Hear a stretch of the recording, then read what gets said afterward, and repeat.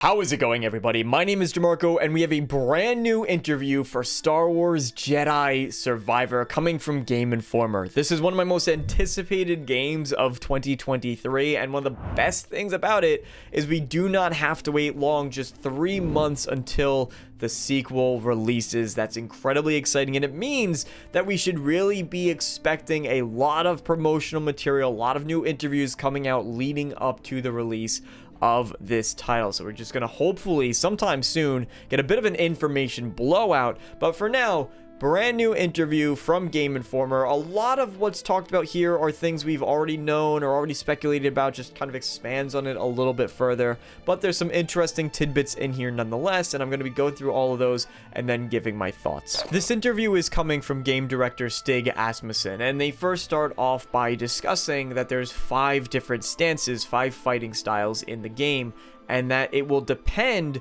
on the enemies that you come across. It's advantageous to use certain types of stances against certain types of enemies, and it's up to the player to figure that out. It requires a player to break down the enemies and figure out what the best weapon of choice is. There's a couple things that I really do like here. One is that I want to make a separate video on this, but these types of improvements, these types of changes are exactly what makes a sequel really good. You're going to have a lot more enemy variety, a lot of different types, and on top of that, you as a player need to adapt to the enemy that you're fighting. So whether you're using the crossguard style, the dual wielding style, the dual blade style, the single, right?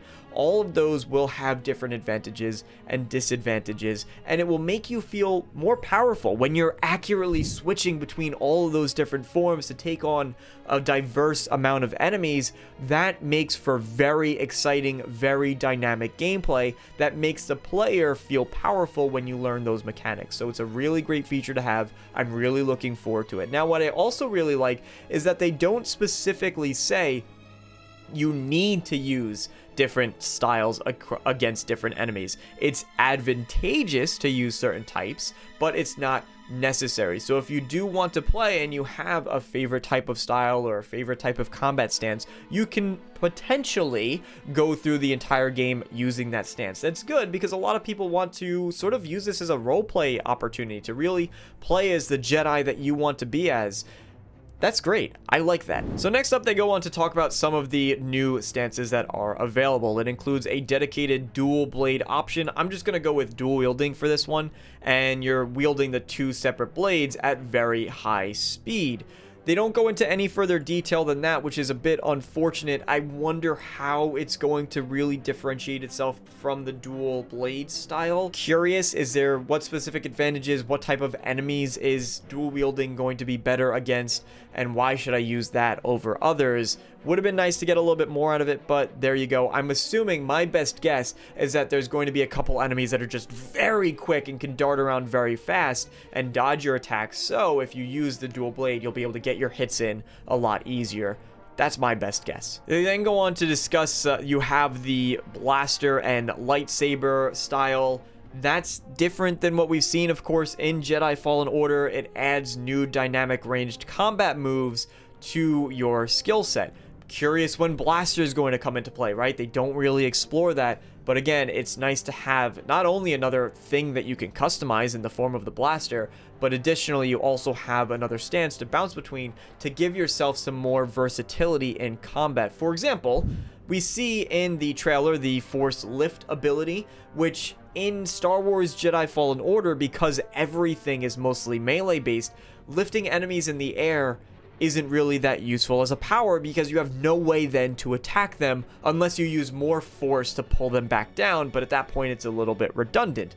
So having it here makes for a much more useful scenario. You can lift them up, you're getting multiple enemies out of combat at a time, and then you can take them off while they're still suspended in the air. It's pretty cool. They mentioned how Cal is an unconventional Jedi doing unconventional things that might be frowned upon during the height of the Jedi Order, so I guess he would probably disagree with Obi-Wan Kenobi calling blasters uncivilized.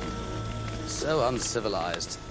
Next up, they talk about the cross guard style, which myself and many others predicted was going to be a more heavy combat stance. So they specify that exactly here. It's a more confident, it's weighty, it's beefy, but you have to be very measured about on how you use it because the timing windows are longer with the blade. So we see them in the trailer using this style against some of the assassin droids. It's pretty cool. No idea, again, when heavier attacks are necessarily going to be useful, especially if you're going to be making much longer windows for your attacks. What enemy types are going to be good to use that slower combat stance against? So those are the 3 new styles that they talk about. And then, of course, the other 2 that you have are the traditional dual-bladed saber, as well as the very normal single saber that we've gotten in Jedi Fallen Order.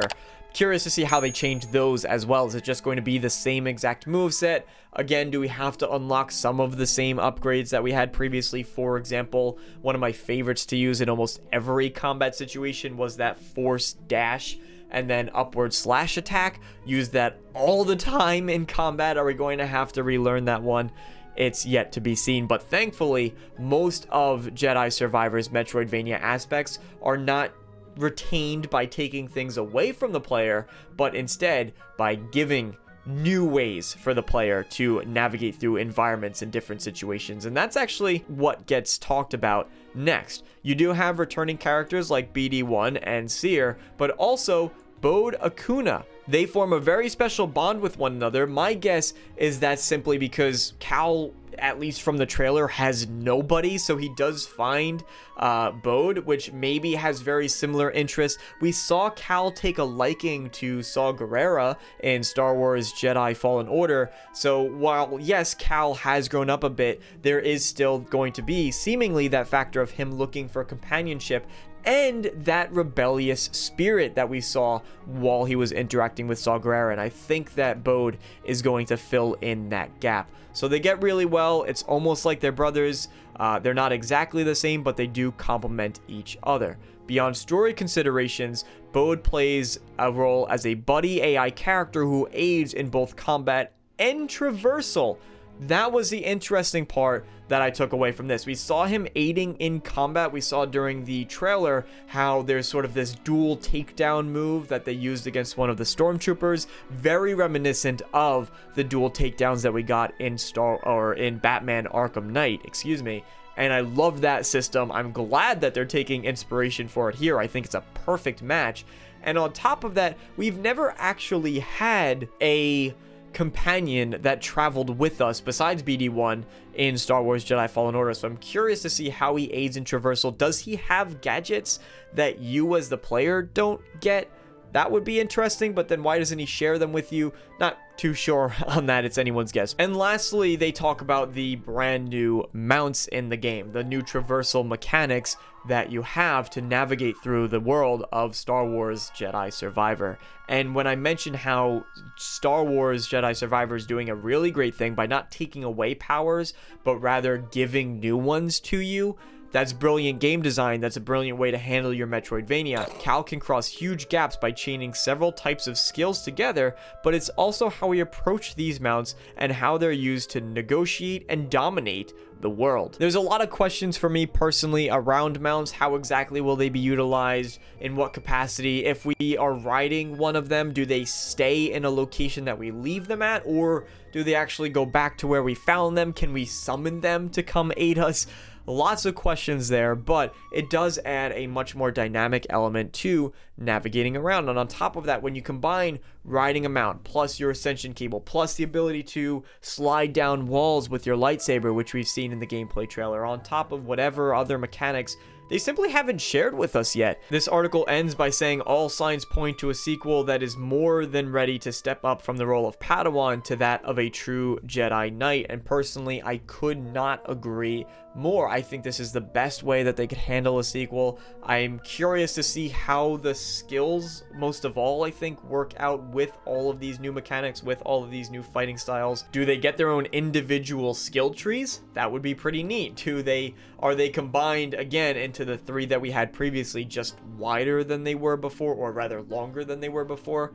possibly is also the case. The upgrade system, I'm really excited to learn more about. Really excited to learn more about Boda Kun, and of course, getting to see some of the new locations. It's impressive to me that most of the gameplay that we saw was almost entirely on one planet. I know that we saw a couple different ones, but the majority of it was shown on a single planet that's very wide open to explore. So how many are there going to be? Where do we get to go? And how large are each of these? If they're even half the size as what we've seen currently in the Jedi Survivor trailer, that's a lot of exploration for us to go off and discover, and I'm excited for that. Thank you guys so much for watching. Hope you enjoyed, and as always, I hope to see you all next time. So long, everybody.